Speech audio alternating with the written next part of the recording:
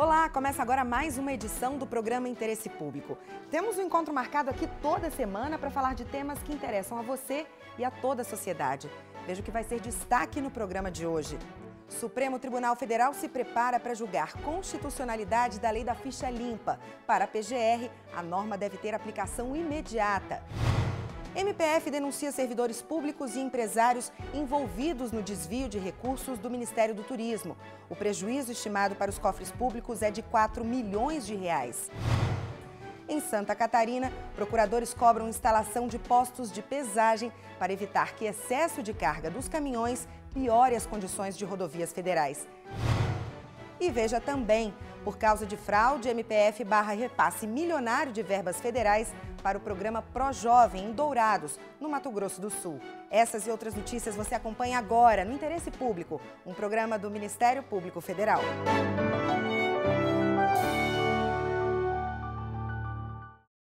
A lei da ficha limpa deve voltar a ser analisada ainda este ano pelo Supremo Tribunal Federal.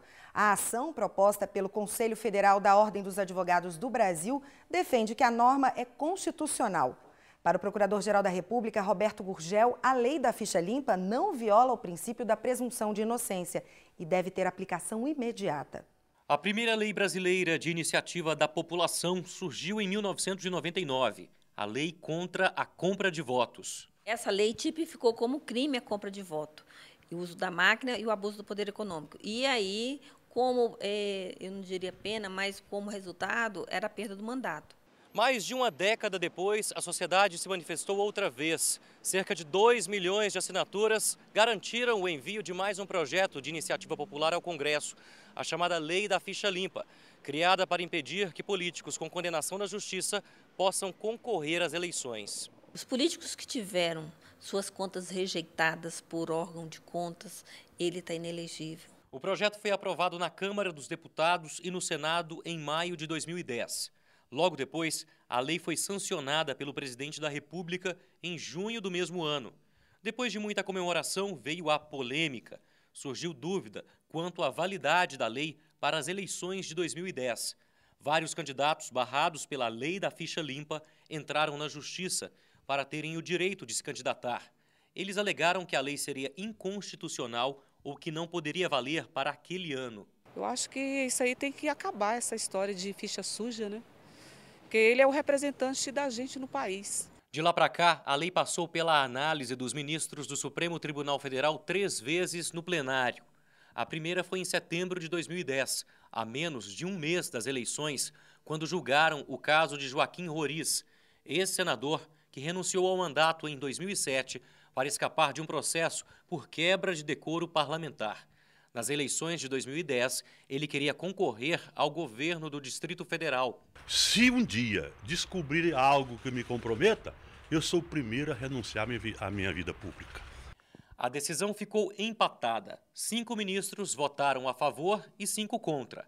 Naquele momento, o plenário do STF contava com um ministro a menos, pois Eros Grau havia se aposentado e o cargo ainda não tinha sido preenchido.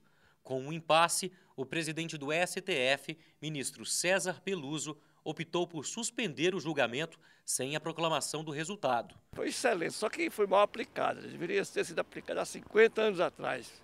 Pelo menos já tinha muito corrupto na cadeia, né? A população se manifestou e Roriz abriu mão da candidatura. E a lei da ficha limpa passou pelo plenário do STF pela segunda vez no julgamento da candidatura de Jader Barbalho ao Senado. Houve novo empate na votação, mas dessa vez os ministros aplicaram o dispositivo do regimento interno, que prevê a manutenção da decisão do Tribunal Superior Eleitoral. O TSE entendeu que a lei da ficha limpa valia naquele caso para as eleições de 2010. A partir do momento que ela foi aprovada, ela tem que entrar em vigor logo, né? Porque nada adianta ela ser aprovada, haver toda uma discussão se ela não tem validade nenhuma. Em março deste ano, a lei da ficha limpa voltou a ser julgada no plenário do STF. O novo ministro da Corte, Luiz Fux, deu o voto de desempate e, pela decisão da maioria, a lei não poderia ser aplicada aos candidatos que concorreram nas eleições de 2010. A lei passa a valer apenas a partir das eleições para prefeitos e vereadores em 2012.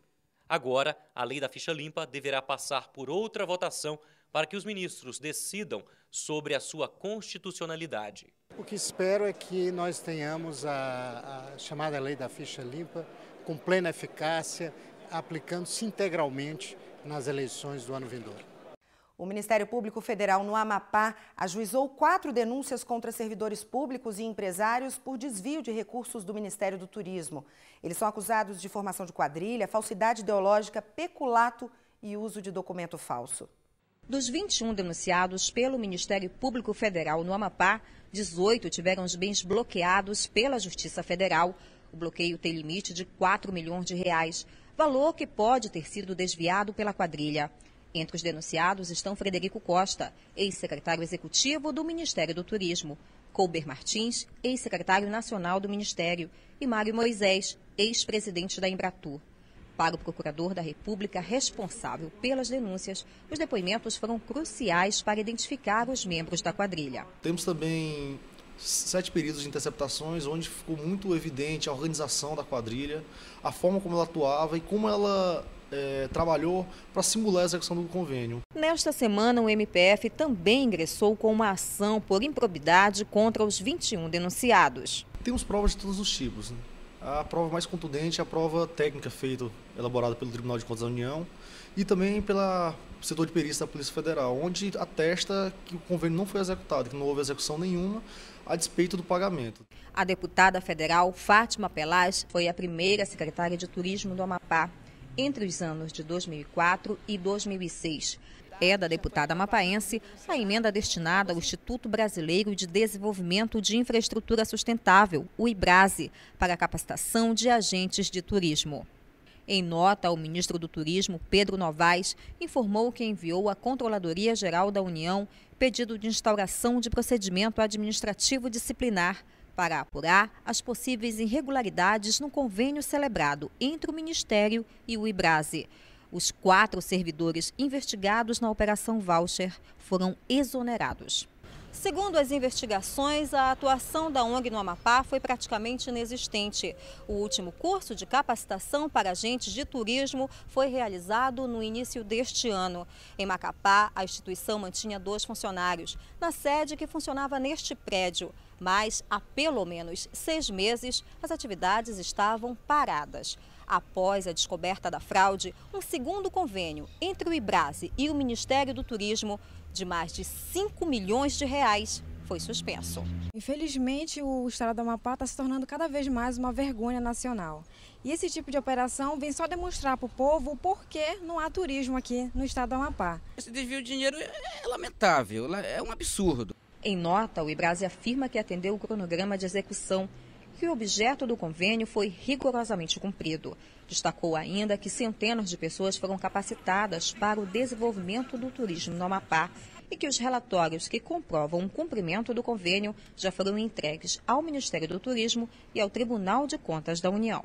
O que converge para esse insucesso da atividade econômica do turismo no Amapá é a falta de investimento também. Então tem a questão política de tomada de decisão e tem a questão de investimento.